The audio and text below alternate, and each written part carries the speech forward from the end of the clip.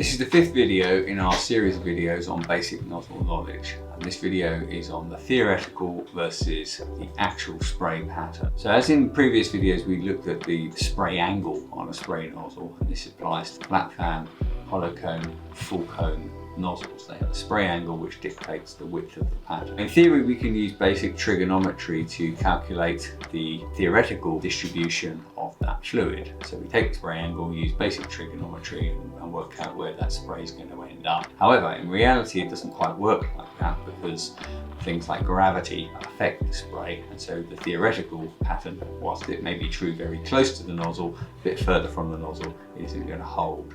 So what things affect that? Well, as I mentioned before, gravity. So gravity starts to draw in the spray pattern and will start to reduce the distribution of that fluid. You can see this illustrated here. Another thing that will affect the theoretical spray pattern is wind and gas flow. So this will start to move the theoretical trigonometrically derived spray pattern away from where it is supposed to be. The effect of wind and gas flow will be enhanced the smaller the drop size is. The smaller the drop size, the bigger this effect is actually going to be. Also, the fluid properties will affect the theoretical spray pattern. So fluid properties that are important here are viscosity. This tends to reduce the spray angle of the nozzle. So if we remember, spray angles are calibrated on water. So if we're spraying more viscous fluids, that spray angle will be reduced. The specific gravity of the fluid will actually tend to reduce the effects of the gravity drawing in that spray pattern because we have a more dense liquid spraying. So in many respects, spraying heavier, more dense liquids, you're actually going to overcome some of the effects and get closer to that theoretical spray pattern.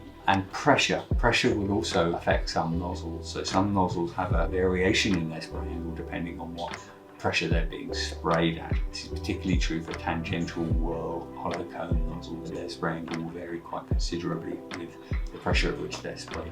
For other nozzles, this is less important. So if this all sounds a bit complicated to calculate, that's true, it is, but the good news is we can do all of this for you. And we have software that can help us. We can work out where the variations will occur between the theoretical trigonometry derived spray pattern will be and the actual spray pattern. That's our video on theoretical versus actual spray patterns.